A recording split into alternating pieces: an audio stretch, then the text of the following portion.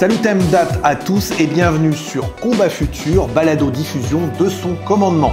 Aujourd'hui, sortons quelque peu de l'uniforme bariolé pour un costume plus civil avec Monsieur Hubert Raymond, responsable général au sein du JICAT. Monsieur, bien le bonjour. Bien le bonjour, merci beaucoup mon lieutenant.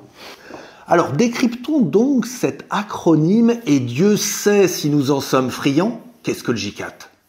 Alors tout d'abord, merci à vous de me recevoir dans ce podcast, dans Combat Futur. Donc j'ai été du coup un auditeur un peu dès le début aussi.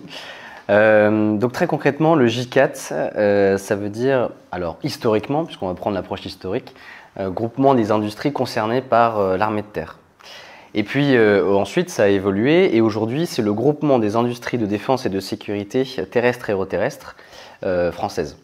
Donc on est véritablement le groupement qui représente au niveau national la filière terrestre et aéroterrestre, que ce soit sur tout ce qui est le blindé et la chenille, mais aussi tout ce qui ne vole pas très haut, jusqu'aux hélicoptères, et tout ce qui va faire BIP, donc en fait tout ce qui va être numérique, système d'information, et aussi les différents segments sol utilisateurs, par exemple sur les satellites. Alors, vous êtes de nombreux membres ? Alors au JICAT, effectivement, donc c'est une association créée en 1978, donc on est vraiment dans la défense d'un intérêt commun. Au tout début, quelques membres, le plateau de Satory essentiellement, puis ensuite on arrive aujourd'hui à peu près 470 membres. Dans ces 470 membres, il y a également environ actuellement 69 startups qui sont accélérées au sein du label innovation et accélérateur Generate. Alors à quoi ça sert ce JICAT ? Alors, le JICAT a plusieurs missions. Je pense que la première mission, ça va être de fédérer déjà ses membres, de les réunir pour représenter la filière terrestre et aéroterrestre. Une de nos missions, ça va être notamment d'être facilitateur de réseau, alors entre ses membres, mais aussi avec nos interlocuteurs. Donc j'ai mentionné défense et sécurité, puisqu'en fait, nous, notre dualité, ça va être sur cet aspect-là aussi. C'est-à-dire qu'on est à la fois connecté avec le ministère des Armées, puisqu'on a des industriels qui sont sur les programmes d'armement du ministère des Armées, mais aussi des industriels qui sont sur les programmes de sécurité, si je peux dire que, si tant est qu'on peut appeler ça des programmes de sécurité, effectivement. Dans le sens où il y a une loi organique de programmation du ministère de l'Intérieur, mais il n'existe pas d'équivalent à la DGA, qui elle fait des programmes d'armement du coup sur le long terme.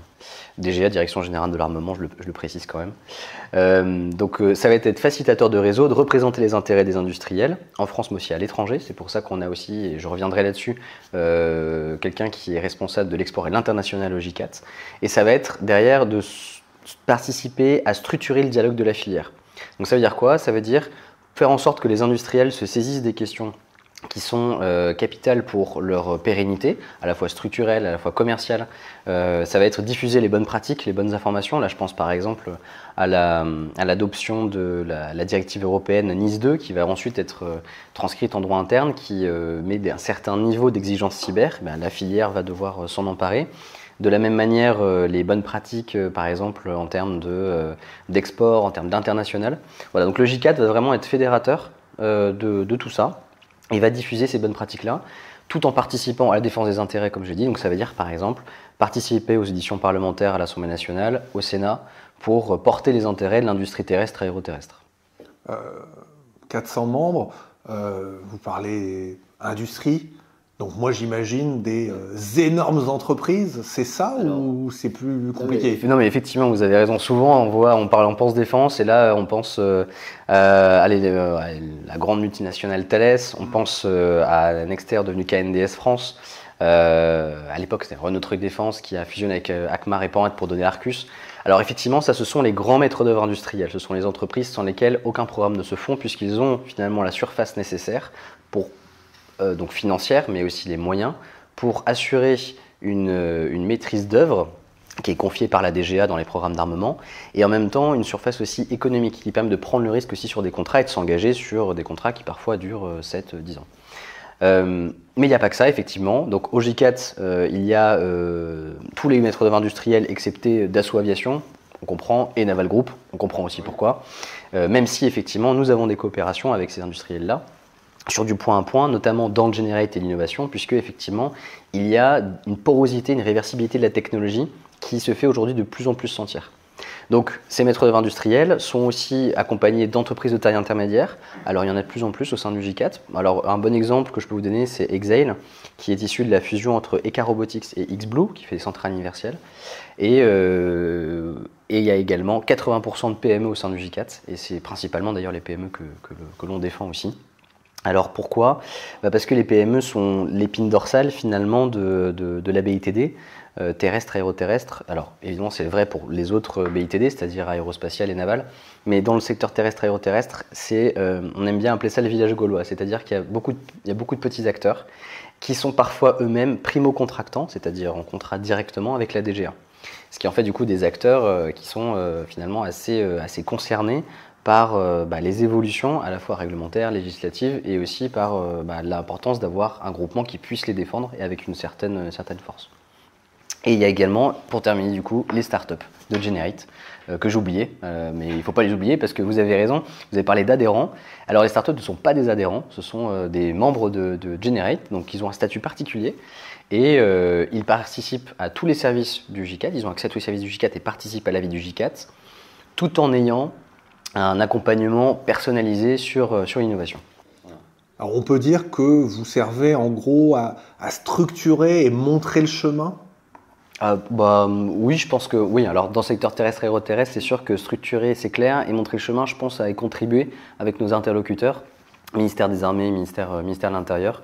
Et puis ces structurations, justement, pour montrer le chemin, montrer les bonnes pratiques et montrer les évolutions, on passe par des commissions au sein du GICAT. Donc ces commissions sont au nombre bientôt de 10, puisqu'on va ajouter une nouvelle commission qui sera la commission RSE. Donc c'est la responsabilité sociale des entreprises, un sujet qui est très important pour nous, même si initialement on pense que la défense, c'est pas vraiment le sujet dans lequel on va parler ESG, on va parler compliance, et justement si. Déjà, il y a qu'à se poser des questions en termes de contrôle export. Il y a énormément de choses déjà à voir interne dans l'entreprise avant de vouloir faire de l'export. Donc ça, nos adhérents sont c'est-à-dire informés et constamment informés aussi de ces problématiques-là. Donc ça va être ces commissions. Donc ces commissions, donc, je disais, sont un nombre de 10. Elles participent finalement à la structuration du dialogue de la filière.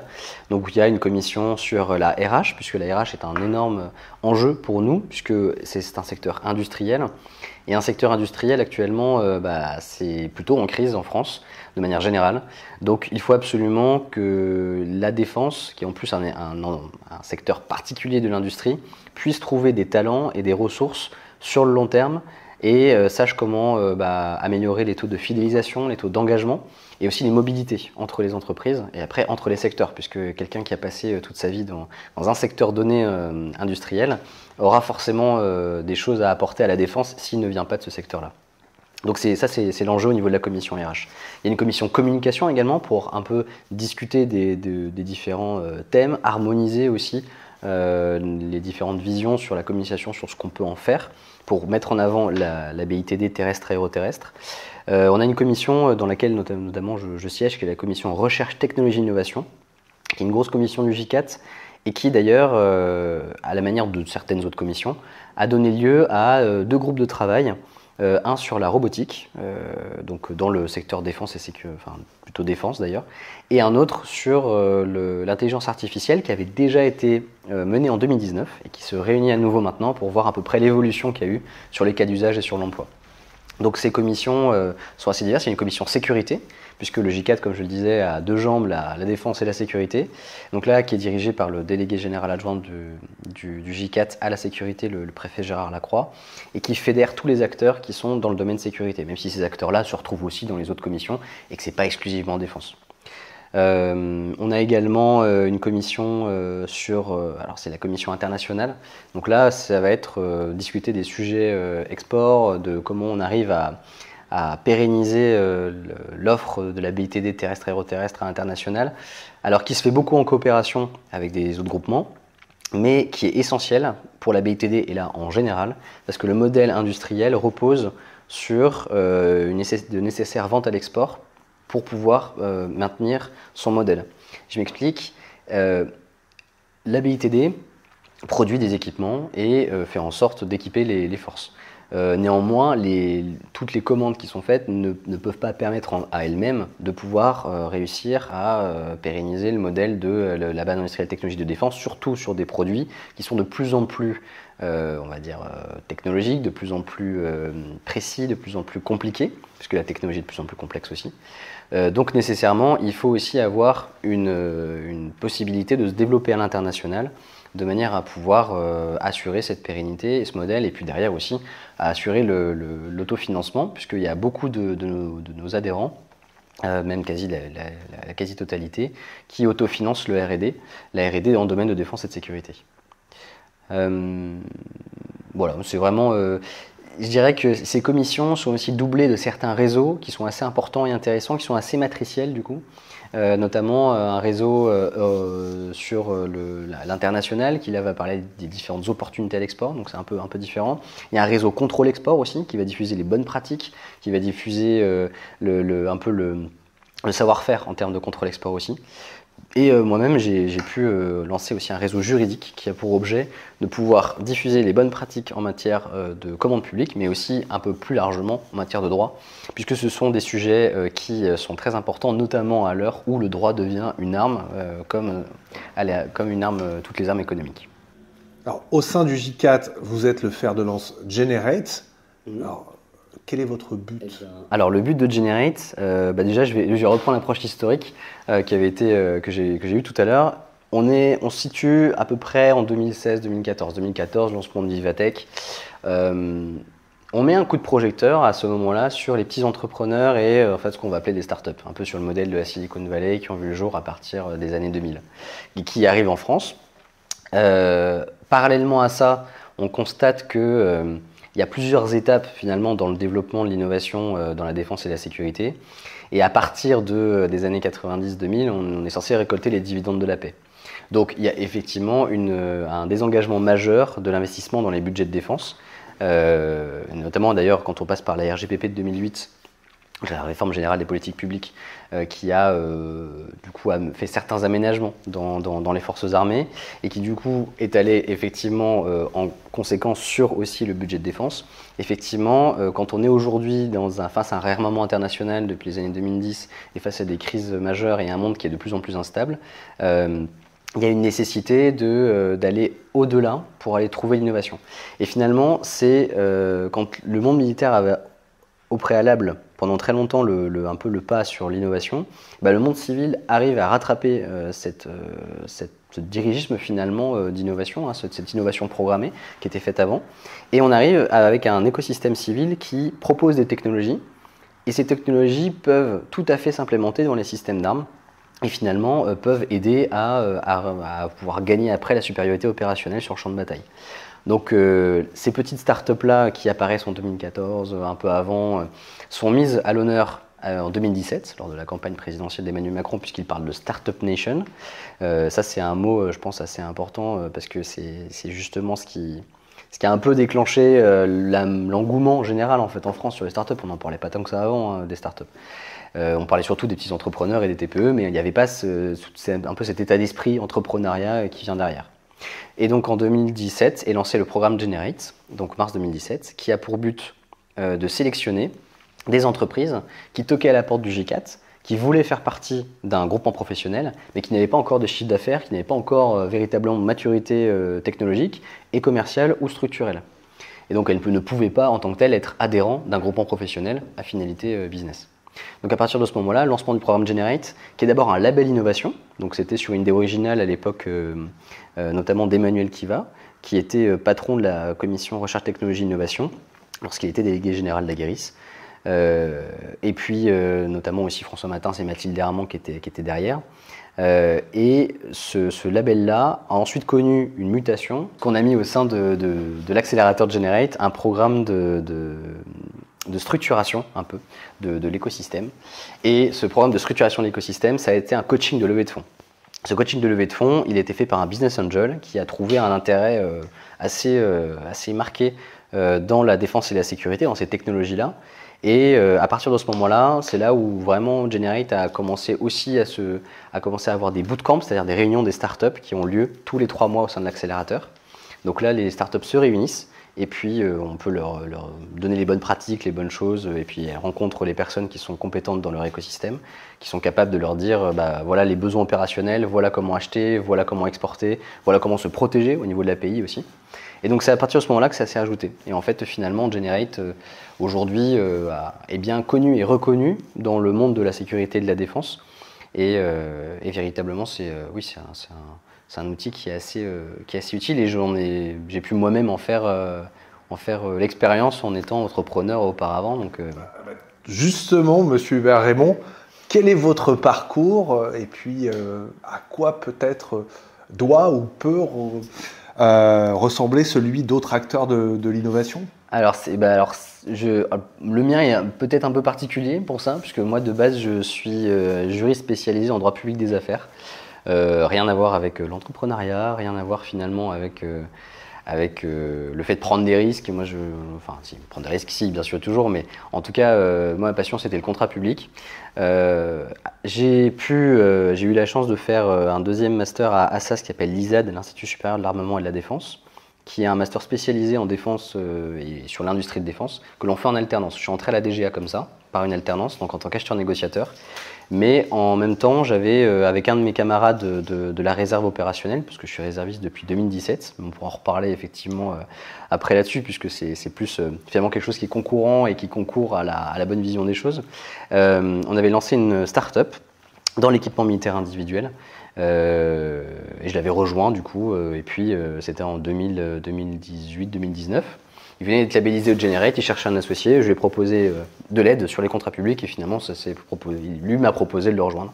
Donc pendant 2 ans et demi, j'avais en parallèle la DGA, donc l'infiniment grand, on va dire la journée, et ensuite l'infiniment petit avec ma start-up où on était en train d'essayer de structurer quelque chose à la fois au niveau technologique, au niveau commercial, qui était plutôt le soir et le week-end. Voilà. J'avais fait une demande de cumul d'activité, voilà. Et en fait, c'est finalement l'opportunité qui s'est présentée de dire je vais apporter quelque chose à un édifice qui est en train de se construire.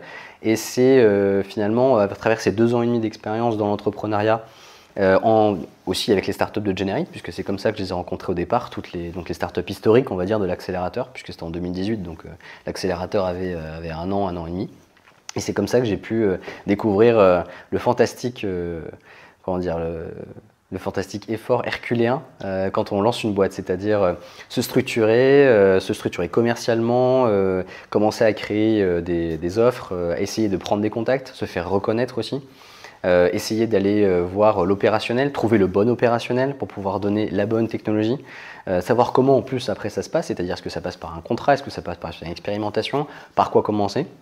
Voilà, donc je pense que ça a été une bonne mise dans le bain, finalement, autant essayer et voir effectivement si ça convient ou pas. Mais surtout, je pense que on avait cette conviction-là, et quand j'avais rédigé les statuts de l'entreprise, j'avais fait un préambule avant, c'était finalement peut-être le préambule de société à mission, qui était vraiment de dire, certes on est un acteur économique, mais on participe, quoi qu'il arrive, au succès du coup des armes de la France, parce qu'on est là pour justement armer les opérationnels et faire en sorte de conquérir cette supériorité opérationnelle sur le champ de bataille, quoi qu'il arrive. Alors certes, il y avait une porosité dans cette technologie-là qu'on avait, puisque c'était l'interface homme-équipement, gilet de combat, tout ce qui était du petit équipement individuel, qui pouvait aussi servir dans des applications qu'on appellerait aujourd'hui outdoor, ou des applications en tout cas sportives à l'extérieur. Mais principalement, ce qui nous animait, c'était de pouvoir apporter la pierre à l'édifice et surtout résoudre les problèmes du quotidien du fantassin. C'est-à-dire pas forcément...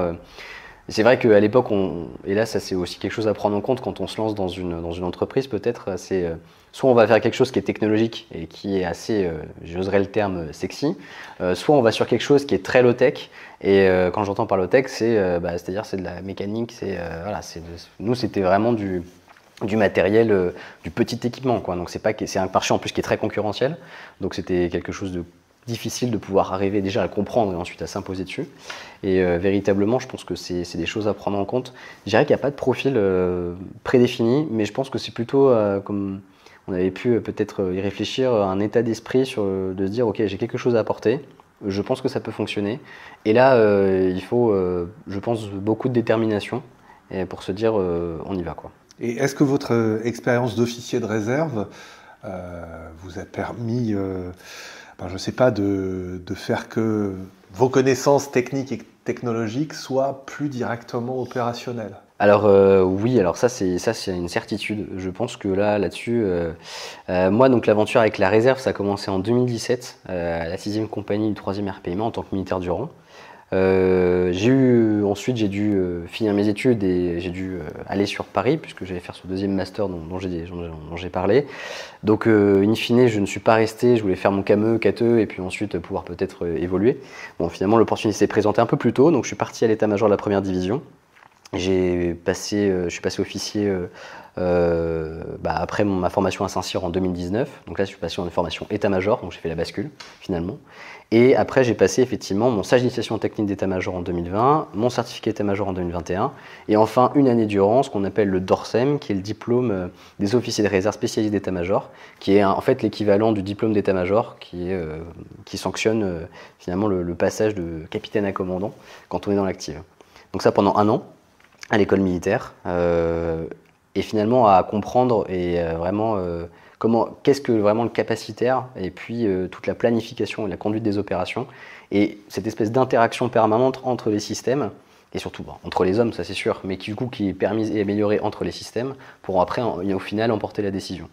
Et alors ça m'a énormément servi, je pense, déjà pour parfaire cette formation d'officier état-major. C'est sûr que il faut passer par le DORSEM. Je veux dire, il faut le faire j'oserais dire peut-être le plus rapidement possible, mais c'est quelque chose qui est prenant, mais qui est passionnant et qui derrière offre en plus, ça c'est peut-être sur un point de vue personnel si les gens n'étaient toujours pas convaincus, une rigueur et aussi une formation intellectuelle. Puisqu'il n'y a rien de mieux que de raisonner avec les 5 whisky, avec un début de médote, en se fixant, savoir quel est son effet majeur, comment y parvenir pour réussir à prendre des décisions.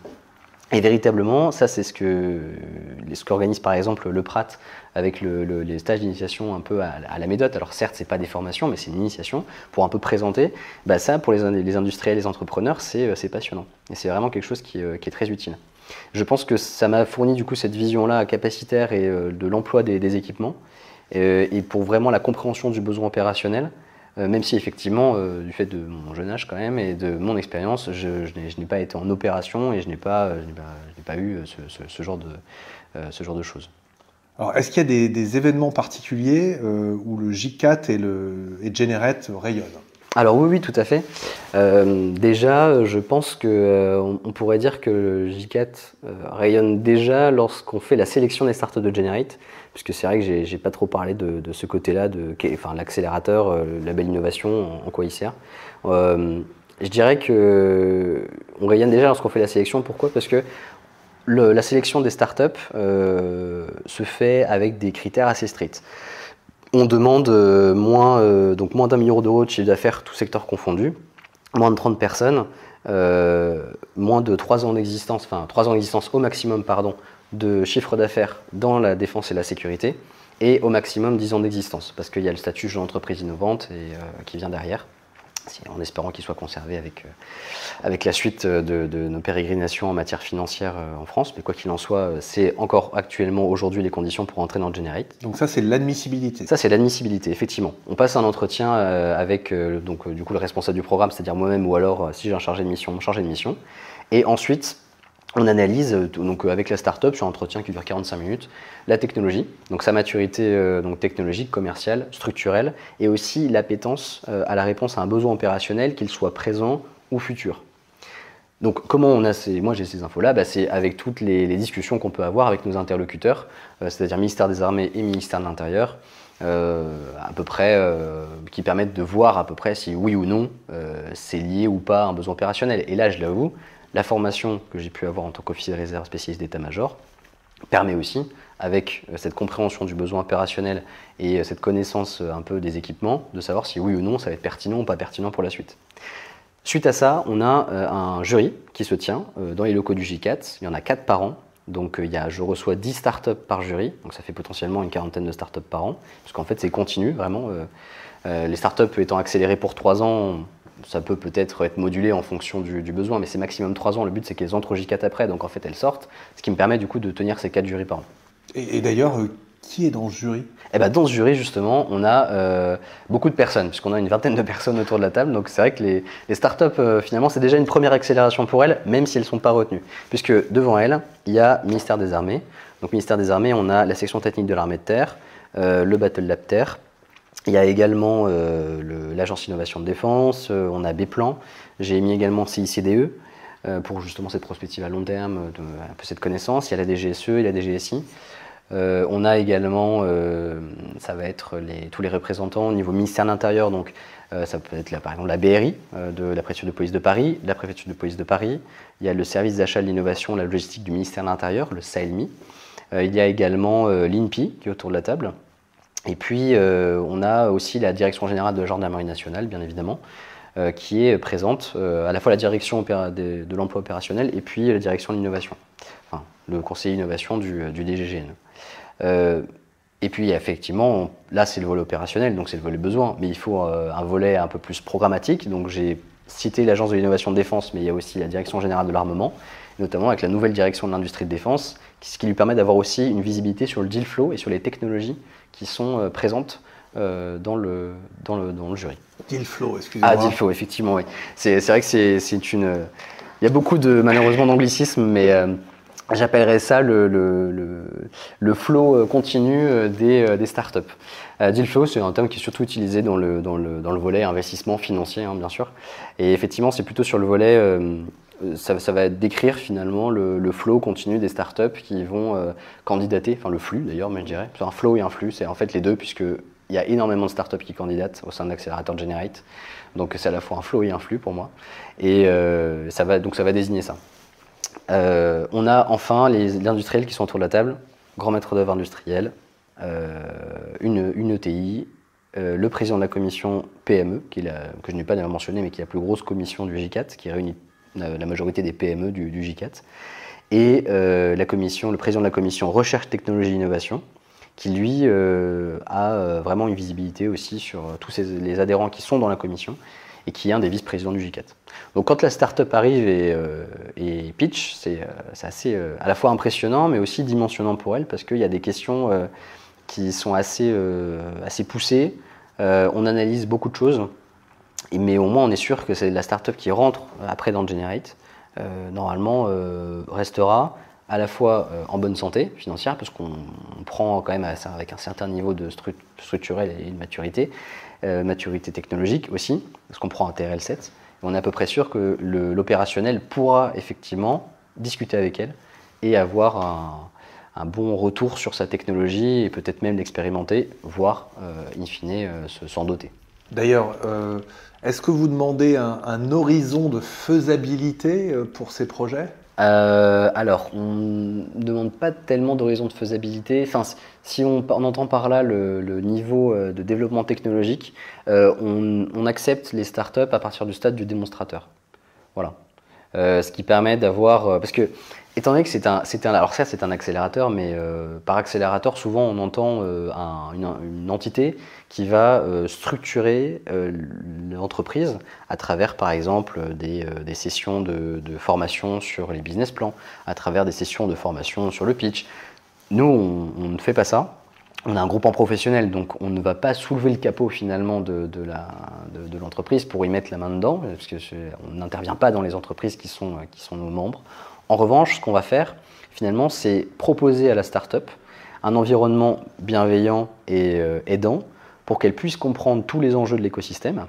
C'est pour ça que ça dure aussi 3 ans bien sentis.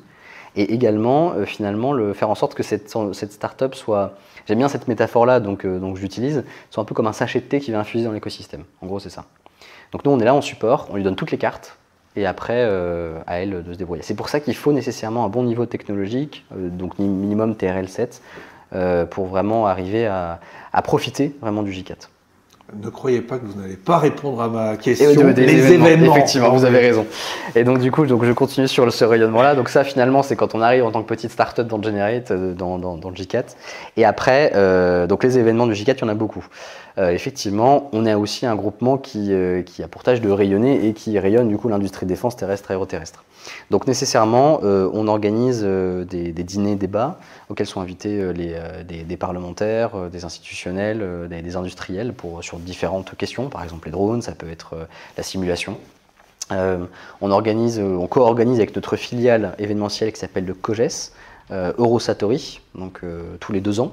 C'est un peu la grand-messe finalement tous les 2 ans pour le secteur terrestre et aéroterrestre, puisque c'est le plus gros salon international en termes de défense et de sécurité, terrestre et aéroterrestre. On organise aussi on fédère des pavillons à l'étranger. Donc là, j'ai un collègue qui est responsable export et international. Lui, c'est sa mission. Il n'est pas souvent au bureau, mais il travaille beaucoup pour faire en sorte de rayonner justement cette offre française à l'international. Donc on a aussi d'ailleurs 2 VIE, donc des volontaires internationaux à l'étranger, un au Moyen-Orient, que l'on partage d'ailleurs avec le GICAN, qui est le groupement de l'industrie navale, et un autre qui est sur toute la zone Indo-Pacifique, en Indonésie, qui sont historiquement les terrains justement effectivement de développement de l'industrie défense et qui correspondent aux souhaits de nos adhérents de vouloir aller sur ces terrains-là. Donc ça, c'est ce qui permet de rayonner ici sur des événements à l'étranger. Mais en France, on est aussi très présent lorsque la DGA organise par exemple ses PME Tours, donc on essaie de venir aussi avec les groupements régionaux, puisqu'on a aussi des coopérations avec les groupements régionaux. On est aussi présent sur des salons en France, donc là il peut y avoir différents salons, mais je pense par exemple à Sofins sur lequel on aura un pavillon cette année, sur différents événements ponctuels. J'étais par exemple au Cybercercle à Lyon encore en novembre dernier pour discuter innovation et cybersécurité. Et puis après, c'est une présence aussi sur les réseaux. Donc on a un compte LinkedIn avec plusieurs dizaines de milliers d'abonnés, et également ça va être une présence dans la presse, ça va être aussi des prises de position. Donc il y a beaucoup de choses, d'autant plus que Generate en ajoute aussi, j'organise après les pavillons aussi des startups sur les salons. Donc par exemple Milipol Paris, qui est le salon en termes de sécurité, eh bien, on a un pavillon J4, et l'année dernière, il y avait un pavillon Generate aussi, qui était dans la zone des startups. De la même manière, on est présent sur le forum Innovation Défense, sur le forum Entreprise Défense. Voilà, donc c'est vraiment un rayonnement continu qui assure et pérennise notre rôle de fédérateur de la filière, et sur lequel finalement on a vraiment toutes nos cartes à jouer, je pense, et puis on continue de le faire pour la suite. Alors, de quel programme abouti ou en cours d'aboutissement pouvez-vous nous parler? Alors, moi je pense qu'il y en a un qui me vient tout de suite à l'esprit, c'est un produit, enfin une solution qui permet de favoriser l'apprentissage des langues étrangères, qui a été fait par une startup qui s'appelle Educateam de Generate. C'est un des premiers projets qui passe à l'échelle réellement pour doter les forces, et qui rencontre aussi un bon succès à l'international. Il y a eu une annonce très récemment avec une entreprise bien connue du numérique, qui n'est autre que Microsoft. Donc voilà, il y a vraiment beaucoup de choses assez intéressantes. Au-delà de ça, je pense que vous connaissez très certainement Préligence, qui est devenue Safran AI récemment. Préligence était une des premières startups aussi à être accélérée au sein de Generate. Il y a une très belle boîte qui a gagné le prix au J4 cette année. Alors le prix innovation du J4 qui a lieu sur Eurosatori tous les 2 ans, qui s'appelle Aeric System, qui fait des moteurs de drones omnidirectionnels. Donc là, ce sont des très bons démonstrateurs et des très bonnes choses. Et surtout aussi, ce que j'ai pas mentionné, mais enfin je l'ai mentionné tout à l'heure, mais dans l'application, c'est là où c'est assez intéressant, c'est que les startups de Generate sont finalement 100% dual. Et je dirais même plus que dual, c'est vraiment la technologie souveraine, dans le sens où cette technologie remplit diverses finalités. Donc on a la finalité régalienne, par essence c'est défense, justice, sécurité, mais aussi les finalités dans les opérateurs d'importance vitaux, je pense par exemple à l'énergie, le nucléaire, mais aussi des finalités dans les activités essentielles de service public. Et à ce titre, ça peut être aussi des activités dans ce qui ne va pas être de la technologie souveraine, mais ce qui va être de la technologie qui va servir à des grands noms du secteur, comme par exemple des marques du luxe. Alors j'ai une boîte comme ça à laquelle je pense spontanément, qui est Living Packets, qui travaille avec LVMH sur des colis nouvelle génération qui permettent non seulement d'épargner du poids, du carton, donc il y a un engagement RSE qui est très fort, mais aussi qui permet d'avoir un suivi de ce qu'il y a à l'intérieur. Et l'avantage, c'est que cette technologie, elle peut tout à fait se répercuter, par exemple, sur des colis qui seraient aéroportés par le premier RTP. Voilà. Donc on a vraiment ce genre de choses qui se fait. Et puis derrière ça, il y a aussi beaucoup de boîtes du cyber qui sont très présentes sur beaucoup de choses au sein de Generate. Donc voilà, je pense qu'il y a beaucoup, vous l'avez compris, je pense, dans la sélection des startups qu'on fait, il y a énormément de technologies qui sont très intéressantes et vraiment d'avenir. Et je pense que ce serait difficile de toutes les citer au fur et à mesure comme ça, puisqu'elles font toutes du très bon boulot. Alors pour en finir, du point de vue industriel et technologique, comment voyez-vous le champ de bataille et où les conflictualités du futur? Alors, il est clair que... Prospective. Ah oui, mais ça c'est toujours un travail très intéressant et à laquelle d'ailleurs je pense qu'il faut s'astreindre. Hein. Ça c'est quelque chose, je dirais même qui est dans la condition normalement de l'officier d'état-major, hein, surtout quand la spécialité est plutôt de regarder le rouge et pas le bleu sur la carte, ce qui est mon cas. Très concrètement, je ne vais pas paraphraser nos grands chefs hein, qui arrivent à faire des synthèses très claires et vraiment très directes sur l'actualité, mais effectivement on est obligé de constater la plus grande létalité du champ de bataille, des choses qu'on ne voyait pas avant, notamment sur le champ de bataille ukrainien, auquel je pense, par rapport au traitement des militaires, ou notamment ceux qui sont blessés. Et surtout, il y a clairement une automatisation et une robotisation complète du champ de bataille qui va amener à avoir un spectre beaucoup plus élargi. Alors, on parlait déjà du multimilieu, multichamp, mais là, c'est effectivement beaucoup plus concret puisque finalement, on doit à la fois être le plus heuristique possible et maîtriser le combat de tranchées et les fondamentaux basiques qu'on retrouve, et en même temps être capable de brouiller un drone qui est piloté en FPV avec des nouveaux produits, ou alors être capable d'y apporter une réponse rapide. Moi, je pense que ce qui m'avait beaucoup, et je l'avais dit d'ailleurs dans une conférence il n'y a pas longtemps avec la Commission européenne, ce qui m'avait beaucoup marqué, c'était le premier combat de robots, si on peut dire ça comme ça. C'était une mission téléopérée ukrainienne qui tapait une mule robotisée russe qui ravitaillait les premières lignes. Donc ça, c'est vraiment quelque chose qui est complètement nouveau, et je crois véritablement qu'on va vraiment s'orienter là-dessus, sur beaucoup plus de robotisation, donc s'il va faire beaucoup plus de dégâts, et donc nécessairement plus on sature le champ de bataille de systèmes, plus dans tous les sens c'est orage de feu et d'acier, mais ça va augmenter la létalité, c'est sûr, et je pense qu'à un moment donné on va se retrouver avec les fantassins qui vont peut-être reculer en fait finalement pour laisser la robotique sur zone. Alors évidemment il y a toute la question de l'autonomie dans les systèmes qui est posée, et il y a la question aussi derrière de l'énergie qu'on va mettre dedans, puisque l'énergie va être capitale pour faire en sorte d'avoir, si demain on est sur du post-quantique ou du chiffrement post-quantique, pour les systèmes de communication, pour les PC, c'est sûr qu'il va falloir trouver des façons d'avoir des batteries qui tiennent la route, quoi. Donc à mon sens, ça va dans une plus grande létalité, beaucoup plus de technologie, et une mobilisation totale, parce que depuis le fantassin jusqu'à l'industriel qui va devoir en plus produire derrière, va y avoir véritablement, je pense, une focalisation en fait totale, dans le sens où si la chaîne de production ne tourne pas en continu, on s'arrête. Donc voilà, c'est vraiment, moi je le vois comme ça, et surtout cette porosité de la technologie. Alors c'était déjà un peu visible avec le conflit en Irak avec Daesh, puisque je crois que c'est eux qui avaient commencé à mettre des grenades sur des drones à partir de 2011-2012. Hein. Mais cette porosité-là va être de plus en plus marquante, et c'est pour ça qu'on essaye de dire aux entrepreneurs, on a notamment d'ailleurs une masterclass avec le CEA là-dessus, donc avec les innovateurs, on leur dit pensez, alors vous allez me dire que c'est un terme encore une fois un anglicisme terrible, mais je vais dire pensez souverain par essence. En vrai, en anglais, ça fait sovereign by design, c'est plus vendable à l'export. Mais pensez souverain par essence, dans le sens où pensez que votre technologie peut avoir des finalités dans la défense et la sécurité, et que très rapidement et très facilement, à un niveau de TRL que vous définissez, donc les TRL, c'est vrai que je les mentionne depuis tout à l'heure, mais je ne l'explique pas, c'est le Technology Readiness Level. Ça a été créé par la NASA dans les années 50, c'est une échelle de 1 à 9 qui permet à peu près de savoir où se situe la techno. Donc ça part de l'idée sur la feuille blanche jusqu'au produit, en passant par la preuve en labo, la première maquette, le premier prototype, le démonstrateur, la pré-série, et enfin la solution.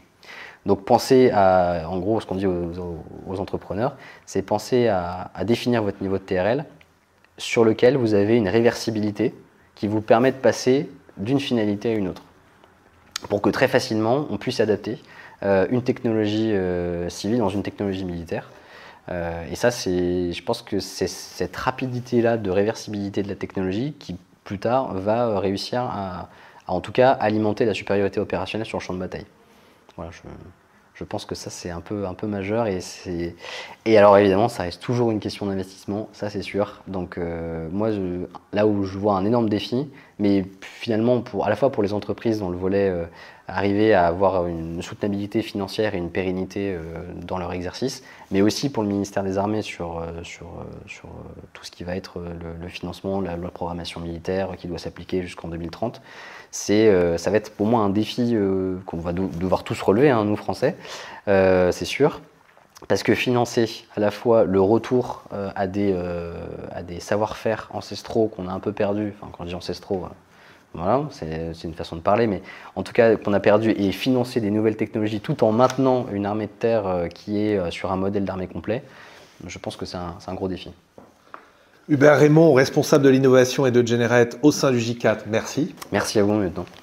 Combat Futur, votre podcast où l'on prend le temps d'accélérer, se fond dans le massif des inventions pour mieux glisser sans se rétamer sur le fil de l'opérationnel. Qu'il fasse jour ou nuit, debout, couché, assis, retrouvons-nous bientôt aux aguets.